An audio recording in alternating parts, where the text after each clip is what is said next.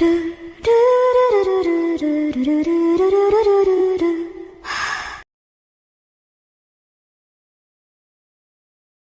The strongest physical cultivator in the history के episode 12 में हमने देखा था लियांग फी और उसके फादर ईचेंग से मिलने के बाद वहाँ से चले जाते हैं, जिसके बाद ईचेंग जी के लिए फॉर्मेशन बनाने लगता है और ईचेंग अपने स्पिरिचुअल एनर्जी को एक्टिवेट करते हुए वहाँ पर 4 बीस्ट कॉल्ड्रॉन को अपीयर कर देता है और फिर ईचेंग जी को उठाकर ब्लड एसेंस के बर्तन में डाल देता है। अब एपिसोड 30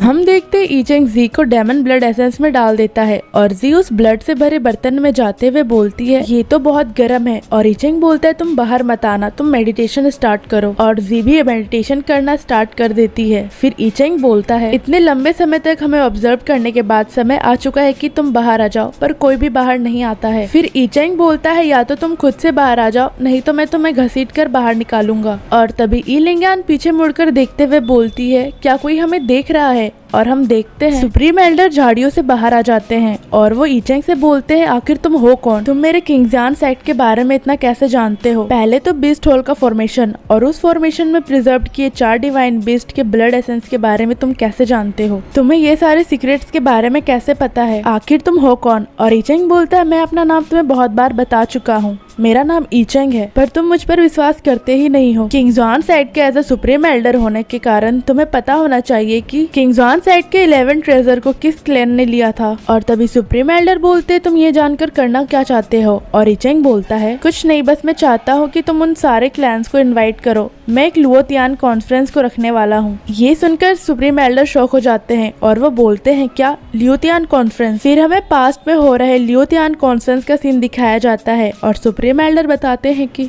हमारे माउंटेन के फाउंडर ने एक बार लुओतियान कॉन्फ्रेंस को रखा था और ये कांजाओ का एक बहुत बड़ा कॉन्फ्रेंस होता है जिसे हर 100 सालों में रखा जाता है। फर्स्ट राउंड में तो हर सेक्ट के यंगर डिसाइपल के कॉम्बैट स्ट्रेंथ के अकॉर्डिंग हर सेक्ट को रैंक किया जाता है और सेकेंड राउंड में कांजाओ के सारे सेक्ट के लोग एक मीटिंग में पार्टिसिपेट करते हैं ताकि वो बीस्ट वेव के बारे में डिस्कस कर सके जो हर 100 साल में एक बार अपीयर होता है। और हम देखते हैं पास्ट के ईचेंग की तरफ बहुत सारे बीस्ट एनिमल्स बढ़ने लगते हैं और ईचेंग बोलता है इस बीस्ट वेव के लिए कम से कम हर सेक्ट से 500 प्रोफाउंड रिलम कल्टीवेटर्स को भेजना होगा। फिर सुप्रीम एल्डर बताते हैं हालांकि ईचेंग के जाने के बाद किंगजान सेक्ट बहुत बार लूटा गया और 700 साल पहले ये बहुत नीचे जाने लग गया और तब से कोई भी लियोतियान कॉन्फ्रेंस को नहीं रखा गया है। फिर हमें प्रेजेंट का सीन दिखाया जाता है और सुप्रीम एल्डर थोड़े निराश होते हुए बोलते हैं लियोतियान कॉन्फ्रेंस अगर ये अभी रखा भी गया तो हमारे किंगजान सेक्ट के करंट स्टेट को देखकर कोई भी सेक्ट पार्टिसिपेट नहीं करेगा। और तभी ईचेंग बोलता है तुम इसके बारे में गलत हो, ये ऐसा नहीं है कि दूसरे सेक्ट वाले इसमें पार्टिसिपेट करना चाहते हैं या नहीं, पर उन्हें इसमें लाना ही होगा चाहे जो भी हो जाए। अगर वे नॉर्मल तरीके से यहाँ आने के लिए नहीं माने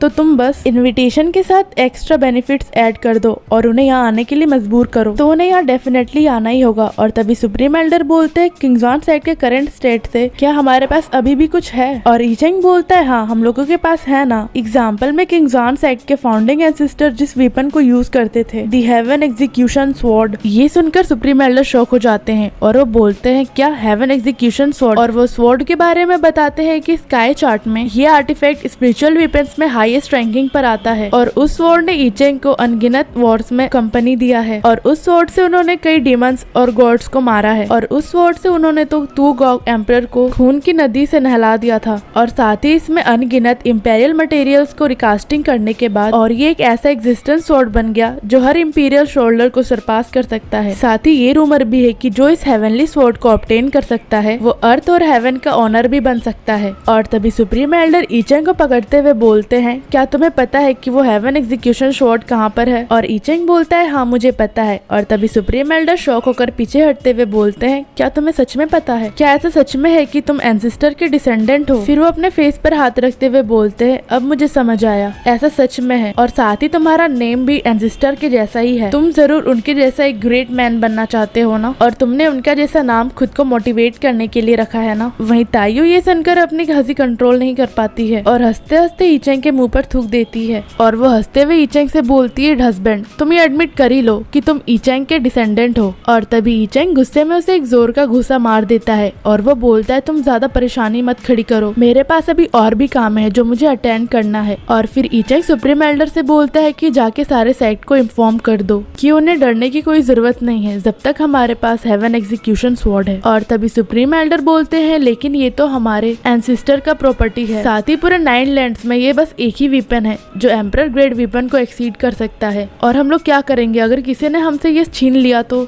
और ईचेंग बोलता है, तुम चिंता मत करो, नेचुरली मेरे पास मेरे तरीके हैं, इसलिए मैं इतना कॉन्फिडेंट है कि मैं तुम्हें ये बुलाने के लिए बोल रहा हूँ। तुम बस जाकर हमारे सेक्ट वालों को इन्फॉर्म कर दो, उन लोगों को डरने की जरूरत नहीं है जब तक हमारे पास हेवन एग्जीक्यूशन स्वॉर्ड है। और तभी सुप्रीम एल्डर बोलते हैं, लेकिन फिर ईचेंग बोलता है, मुझे लगता है कि दूसरे सेक्ट के साथ एक के बाद एक फाइट करने से कुछ होने वाला नहीं है, तो क्यों ना हम उनके साथ एक ही बार में डील कर ले। हमारे साथ पास्ट में जो भी हुआ है हमें उसका रिवेंज लेना ही होगा। और तभी सुप्रीम एल्डर बोलते हैं, क्या तुम सच में कॉन्फिडेंट हो, कहीं तुम बेवकूफ वाले काम तो नहीं करने वाले हो। अब सीन चेंज होता है और हमें युआनज़ा पिक का सीन दिखाया जाता है। वही हम देखते हैं युआनज़ा पिक के मास्टर सुप्रीम एल्डर और ईचेंग को अपने मैजिक से एक बॉल पर देख रहे होते हैं और उनके बातों को भी सुन रहे होते हैं। और पिक मास्टर उनकी बातों को सुनकर गुस्सा होते हुए बोलते हैं, क्या हेवनली एग्जीक्यूशन स्वॉर्ड आखिर में पर्सन है कौन। जैसे ही इसने सेक्ट में एंटर किया वैसे ही ये मून कॉल्ड्रोन को ढूंढने के लिए निकल गया, फिर ये बीस्ट हॉल में भी चला गया और अब ये 4 हेवनली बीस्ट कॉल्ड्रोन के भी बारे में जानता है और अब ये हेवन एग्जीक्यूशन स्वॉर्ड को भी लाने वाला है। नहीं तो ये पर्सन, जैसा ताइचंग कह रहा है, ये जरूर ईचेंग का डिसेंडेंट है, पर तुम जो कोई भी हो मैं तुम्हें अपने प्लान्स को खराब करने नहीं दूंगा। फिर वो वहाँ से खड़े होकर चलने लगता है और बोलता है, मैं किंगजॉन सेक्ट को हजारों साल से बेवकूफ बनाते आ रहा हूँ ताकि मैं हेवन एग्जीक्यूशन स्वॉर्ड को ले सकूं, और अगर तुम ईचेंग के डिसेंडेंट भी हो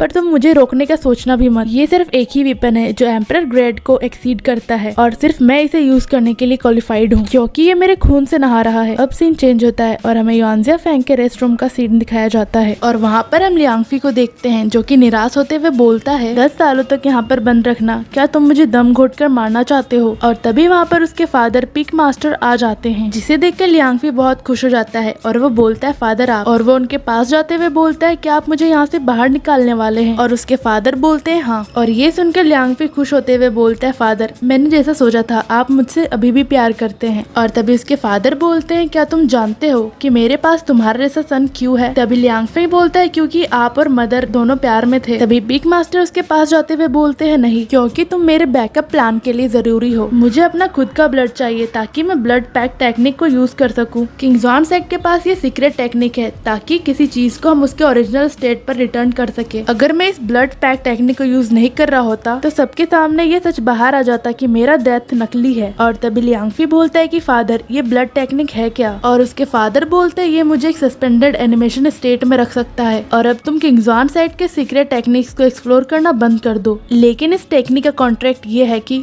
तुम्हें मरना होगा। और तभी पिक मास्टर लियांगफी का दिल बाहर निकाल लेते हैं और इसी के साथ एपिसोड खत्म हो जाता है। अब अगर आपको ये वाली वीडियो अच्छी लगी हो तो इसे लाइक जरूर कर दे और अगर चैनल पर नए हो तो सब्सक्राइब करना ना भूलें। साथ ही आप इस एनिमे के किसी भी एपिसोड को आपकी स्क्रीन में आ रहे प्लेलिस्ट को क्लिक करके देख सकते हैं।